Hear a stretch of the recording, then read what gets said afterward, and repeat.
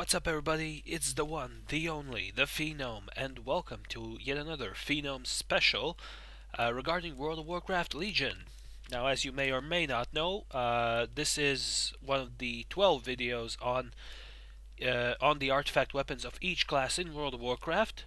For each class that will be in World of Warcraft Legion. Obviously, the class that we're going to be talking about today is not yet implemented in the game. And this class is the Demon Hunter, and yeah, that's what we're going to be talking about today. I want to apologize first for some odd noises maybe during the video because I'm not feeling quite well. Winter has hit Latvia and it's quite frosty, and when it's frosty, my nose usually goes to pot. Okay, that out of the way, let's get into the video, which is going to be a bit short because there are only 2 specs for the Demon Hunter. So let's take a look at the first one, which is Havoc. Now, Havoc is a damage spec for the Demon Hunter class, and the weapons that Havoc Demon Hunters are going to be wielding are going to be the Twin Blades of the Deceiver. The description reads, these glaives belong to the former Demon Hunter, Verdus Felsoul. Once a member of the Illidari and a sworn enemy of the Burning Legion, he was slain at the Black Temple. After the Legion's leader, kil'jaeden, revived him in the Twisting Nether, Verdus surrendered to the demon within him, forsaking his mortality. In the process, he and his glaives were infused with great power by kil'jaeden's Eridar allies. Right. So what can we talk about here? About these twin blades. Well, honestly, I think there's going to be a bit more stuff on the actual person who's wielding them, because the blades themselves, they're not that special. I mean, their power infusion is special, but they aren't that special themselves. Who is special is the one that's wielding them. So let's take a look at it, at this Demon Hunter, basically. First things first, this guy is actually in the game right now. Of course, he's not in the incarnation that he was described in here, but he is still the same that he was during the Burning Crusade. So basically, if you fly over to the Black Temple in the Outland version of Shadowmoon Valley, and check out the terraces kind of on the sides of the temple, you'll see a whole ton of Demon Hunter apprentices training, dueling with warglaives and whatnot. Among them are 3 Night Elves, who were brought with Illidan from Azeroth. They are instructors. But the overseer for this whole operation is actually a Blood Elf, and his name is Verdus. Heard that before? I guess so, because this is the same Verdus Felsoul who was mentioned in the description. Now, Verdus was one of the first 5 Blood Elf Demon Hunter candidates. Kael personally picked them and sent them to Illidan. They underwent brutal, hellish training, which would defeat already seasoned demon hunters, basically. Sorry, but yeah, these 5 guys were thrown into this training, and in the end, only 2 of them managed to stay alive, and basically there was basically 5 went in, 2 came out. The first one was Leotheros, the Blind, and at the moment you can find him in Serpent Shrine Cavern as one of the bosses. And basically, he did get through the training, but he went bananas, and basically he was exiled from the Black Temple for that. How he got into SSC, who knows? But yeah, he lost his mind basically. Verdus, on the other hand, he came out all right out of the training.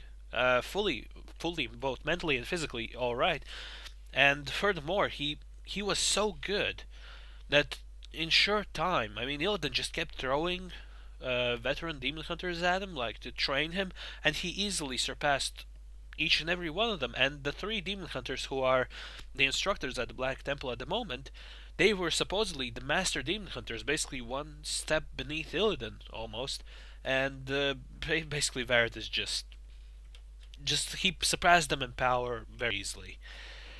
Right. He was killed at the Black Temple in lore.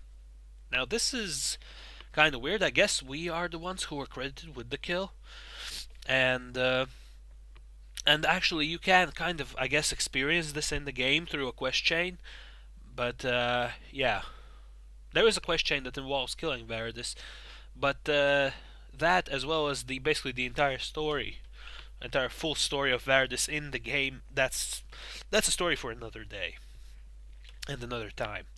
In any case, good old KJ, kil'jaeden, basically found his demonic half, I guess, in the Twisting Nether, and promised it power, I guess, and obviously it gave in. I mean, Veridus himself, as an elf, he was power hungry. That was kind of his drive behind becoming a demon hunter, I guess.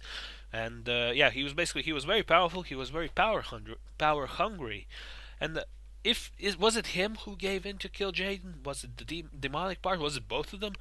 Who knows? But in any case, uh, yeah, uh, basically they struck the deal, and then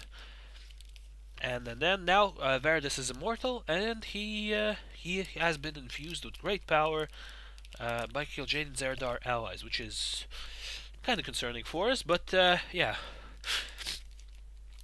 in my opinion, when you will have to face him for the glaives, and obviously you will have to, I think it might be like a permanently metamorphosed demonic enemy. Basically, he will. I don't think you will see any elvish features on him anymore. I think he will be fully demon mode at that point.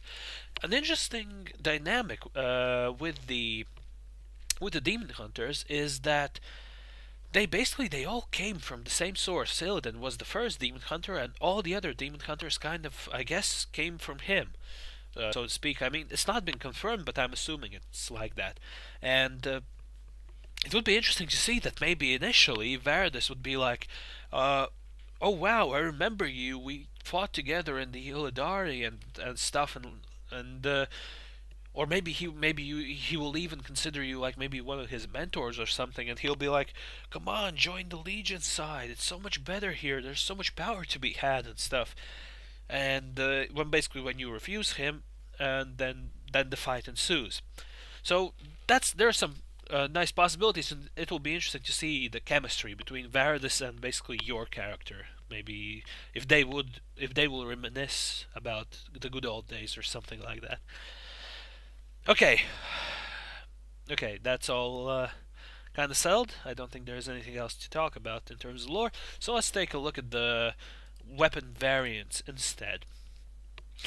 I gotta say, I really like these designs. They stay faithful to that old school look of the Warglaives, but there are some touches here and there that make each variant really desirable. The base model, which for a change is on the right in this picture, don't know why that happened. uh, it looks simple yet deadly, and the horns on the crest really add flavor to the weapon. And I think you can say that about each and every one of these variants. They all look great with the horns. Um, the enhanced version next to it looks even better. I mean, that really looks like a legit Demon Hunter weapon. Maybe even Warcraft 3 style. Maybe minus the green, it's kind of the green fire on it, but it's legit. It's legit. I mean, the jagged edges, they look just right. I mean, not big enough to hinder mobility, which is the main thing for a Demon Hunter, but it also kind of it's still able to do massive like ripping and cleaving damage. You can see that in the design of this blade.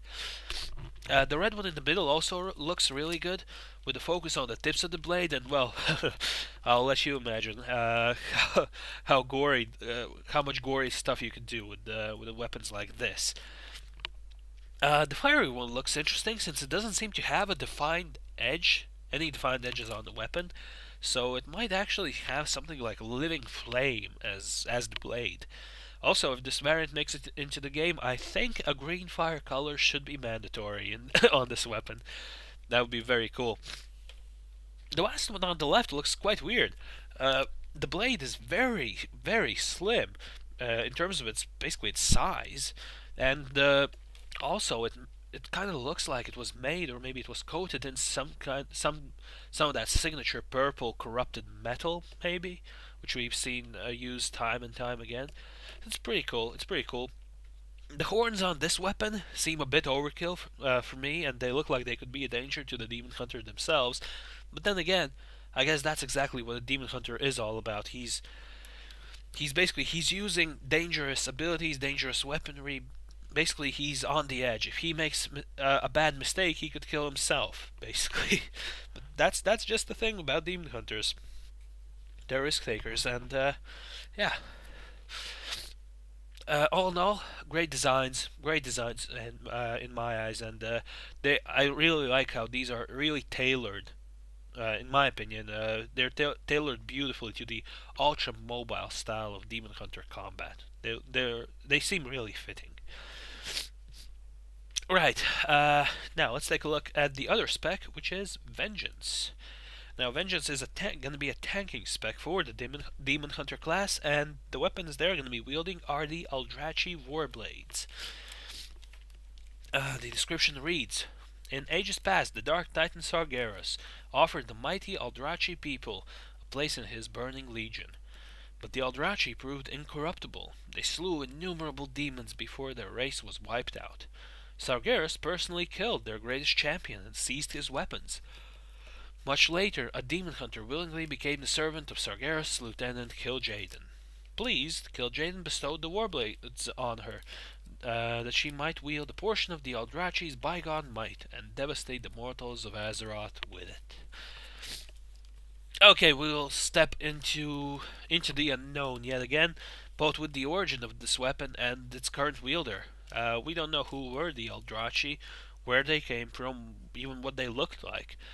We do know that they were pretty powerful, since I doubt that Sargeras would offer a place in the Legion to some random race. I mean, he wouldn't just go and basically throw out G invites like cesspool guilds do. He would really consider the strength and the ability of each race that he would kind of invite into the legions, like he did with the Eredar, for example. For those who don't know, Eredar are basically Draenei, but that's the part of the Draenei that joined Sargeras. Before, they all were called Eredar, and now Draenei are the exiled ones. That's how they call themselves now, because they had to run away, basically, from the other part of the society that went into the Legion. But yeah, that's a little bit of trivia right there. Also, speaking of the Eldrachi, the fact that the Dark Titan had to dispatch their greatest champion personally, and that speaks volumes to me.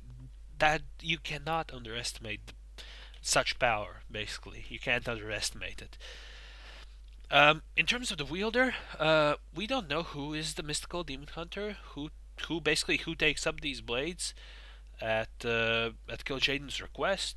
We only know we only can find out here that it's a female, and she will be sent to Azeroth to devastate our mortal lives, which is great. Like, we didn't have enough trouble on Azeroth already.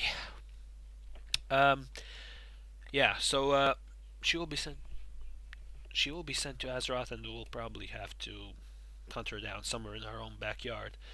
How that'll play out, we can only guess. Perhaps it'll be one of the initial world invasions, perhaps specifically tailored to Vengeance Demon Hunters, that only they can embark on this mission, and yeah, that might be it.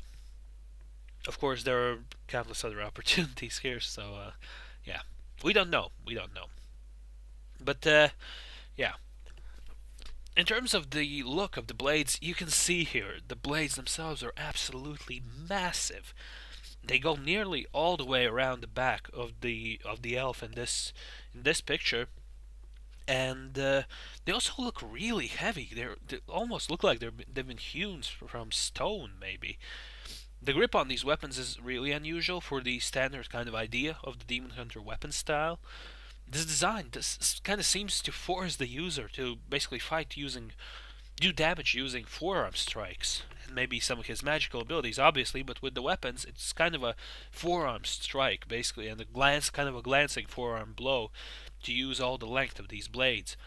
And you might need to fight in a kind of a whirling motion, similar to Demon Hunters in Warcraft 3. This different grip would really look great with parrying motions as well, as in terms of defensive animations. That would kind of look really cool, and again work with the kind of the spinning animations, this kind of the spinning stuff that was the trademark of the Demon Hunters in the RTS world. Uh, yeah, but I guess that's just me nerding out now. That would be something that I would appreciate if the animations would kind of work like that, but that's just me. That's just me. Anyhow, we don't know what's gonna happen here. This is a complete unknown. This spec at the moment. So there is something we can look at, and that basically is the alternate weapon variant. Unfortunately, only one available for me for me at the moment of actually working on this video. But yeah, this kind of looks like the enhanced version of the base weapon, I'm assuming, and with the horns and the slightly irradiated kind of tail end of the blade, it looks reasonably alright. Not spectacular or anything. It's okay. It's okay. In my opinion, both weapons we saw here looked rather simple and very bulky, obviously. I would really like to see how they appear with a metamorphosed character, since I feel that the synergy that the artists were going for here was kind of putting these blades in the hands of metamorphosed demon hunters and seeing how they do their thing. Basically, that's what these blades are focused on a simple character. I mean, on a female. I don't think these look good on a female. Seriously, doesn't really seem to work in my opinion. Right. There are more weapon variants for this blade at the moment. If you want to check out mmochampion.com, the different variants for these warblades are on there. Just check out the page where they have all the new models, new skins and stuff like that, and some artifact weapon skins are also featured there. Honestly, when I looked at those skins for the Eldrachi Warblades, and honestly, I'm not plussed. Some of them are basically just a bit boring, and some of them are just downright ridiculous. Seriously, I mean, you'll see.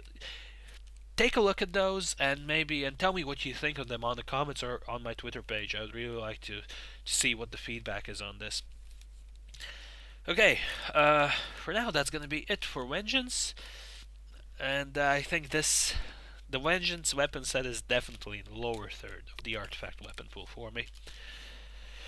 Okay, yeah, that will be it for the specs. To sum everything up, I would call this a very mixed bag. The look of the Havoc weapons, along with the interesting story tied in from the Burning Crusade, gives it a really strong half for the Demon Hunter artifacts. But the simplicity and blandness of the Vengeance weapons kind of brings the total score quite a bit down. Hopefully, the story for Vengeance will be strong, and the blades the blades will complement the metaform in the very least, and then maybe that'll kind of regain a bit of goodwill, basically, towards these weapons. But we'll have to see. We'll have to see what they do with this. At the moment, Vengeance is not looking good in terms of artifacts.